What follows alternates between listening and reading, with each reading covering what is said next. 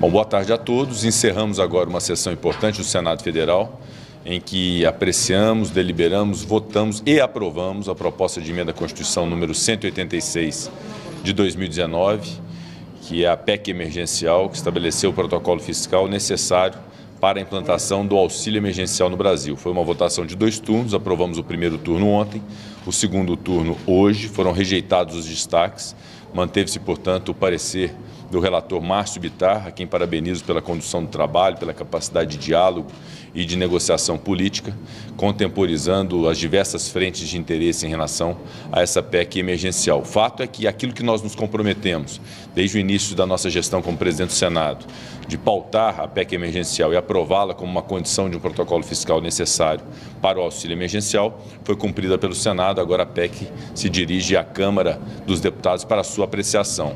O segundo ponto importante também dessa semana foi a aprovação do projeto de lei 534 de 2021, que estabelece a autorização para a União, Estados, Municípios e Distrito Federal assumirem os riscos inerentes à contratação de vacina, sobretudo quanto aos efeitos adversos da aplicação dessas vacinas. Era uma condição importante, um marco legislativo importante para se dar segurança jurídica à União para contratar com indústrias como Pfizer e Janssen. Já recebemos a notícia ontem do avanço das negociações do governo federal com esses 2 laboratórios. Quero crer muito fruto desse marco legislativo que aguardamos a sanção do presidente da República. Então, 2 pontos que são pontos absolutamente prioritários no Brasil, que é o da vacina e o do auxílio emergencial. Houve um avanço muito considerável por parte do Congresso Nacional, incluo, evidentemente, também Senado e Câmara dos Deputados, a Câmara dos Deputados também com seu papel importante, além da agilização e da aceleração que nós estamos fazendo na aprovação das medidas provisórias, que também aprovamos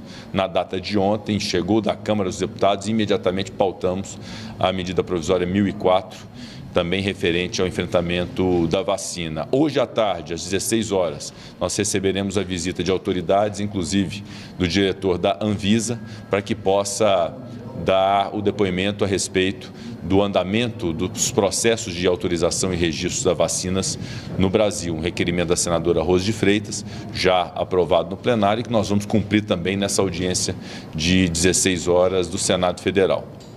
Presidente, ontem o senhor se reuniu com o ministro Ramos e outras lideranças do Congresso. O ministro estava hoje de novo aqui durante a sessão plenária.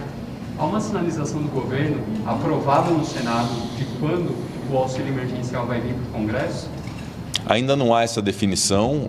Nós tivemos realmente uma reunião com o ministro Ramos ontem, com o presidente Arthur Lira, justamente para discutir os termos dessa proposta de emenda à Constituição. Isso agora já está superado, prevaleceu o texto do senador Márcio Bittar. Agora, de fato, aguardamos tanto a aprovação da PEC pela Câmara dos Deputados, quanto a apresentação por parte do governo do auxílio emergencial que tanto almejamos. Teve algum pedido do governo, presidente, para não analisar a medida provisória e tentar evitar alterar o valor que eles vão enviar, de 250, enfim?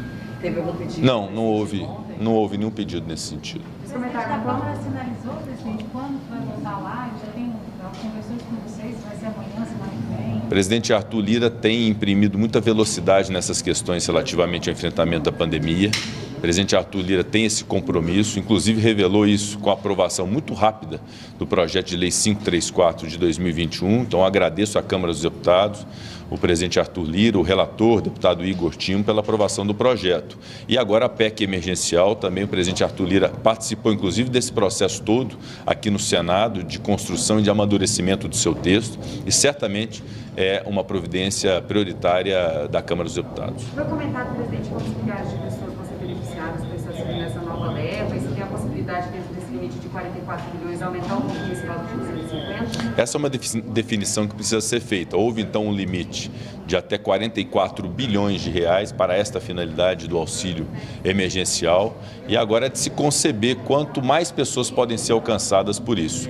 Mas, uma vez aprovada a PEC do auxílio emergencial, a PEC emergencial que viabiliza o auxílio emergencial, nós temos agora que começar a discutir de maneira muito firme e segura a possibilidade da perenização de um programa social no Brasil, de renda mínima, de renda cidadã, que possa dar dignidade a essa camada social que precisará desse alento do Estado, até que nós possamos ter uma recuperação plena da economia para gerar emprego. O mais importante é a geração de emprego e de trabalho para as pessoas, porque ninguém quer a favor do Estado. As pessoas querem ter a sua própria capacidade de trabalho e viver da sua força de trabalho. Mas, evidentemente, que há uma camada que precisa ser assistida, nós temos plena compreensão disso e teremos, por parte do Congresso Nacional, todo o envidamento de esforços para poder dar a essas pessoas uma renda mínima cidadã para que possa ter no Brasil justiça social.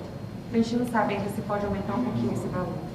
Essa é uma indefinição ainda quanto aos parâmetros de valor e de número de pessoas alcançadas. Mas o governo federal certamente já está trabalhando nisso e, obviamente, nós seremos colaborativos para ter uma construção que seja a melhor possível, que alcance o máximo de pessoas possível para esse auxílio emergencial. O parlamento estaria disposto a aumentar esse valor, dependendo de quanto... Dentro da responsabilidade fiscal, das limitações agora impostas pela PEC, obviamente, o objetivo do Congresso Nacional é sempre ter o valor mais digno possível para as pessoas.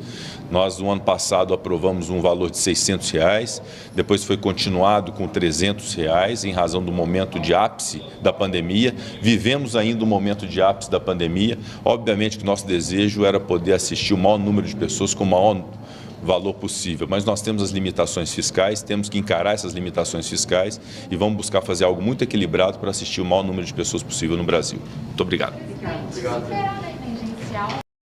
Está encerrada a votação do texto base em segundo turno. Determina a Secretaria-Geral da Mesa que mostre no painel o resultado.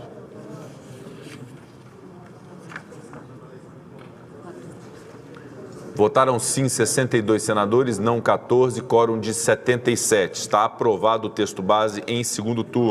Senhor presidente, colegas senadores, imprensa, tivemos um dia e uma noite no dia de ontem de muito debate, diálogo, posições aqui colocadas de forma bastante franca, onde tivemos aí o resultado dessa votação dessa PEC, onde teremos ainda a oportunidade de debatê-la na Câmara dos Deputados.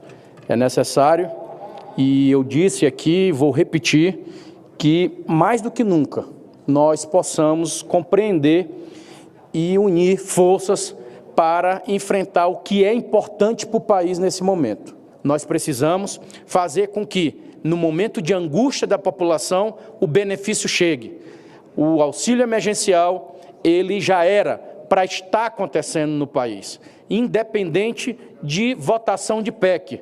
A sensibilidade era para ter uma medida provisória logo no encerramento do ano, sabendo do problema que nós estamos vivendo, e se prorrogava, se criava as condições, e repito, criar condições não é apenas ir atrás de recursos dos servidores públicos. Nós precisamos ir atrás de quem tem condição também nesse país. Os grandes bancos estão aí, lucraram bilhões de reais no ano passado, como lucram todos os anos. Ontem mesmo eu lembrei aqui que o ano passado eles perderam 30%, mas eles deixaram de ganhar 30%, eles não tiveram negativo 30%, ou seja, 60 bi de lucro só no ano de 2020, onde quase todo mundo perdeu por conta da crise. Vote não 186.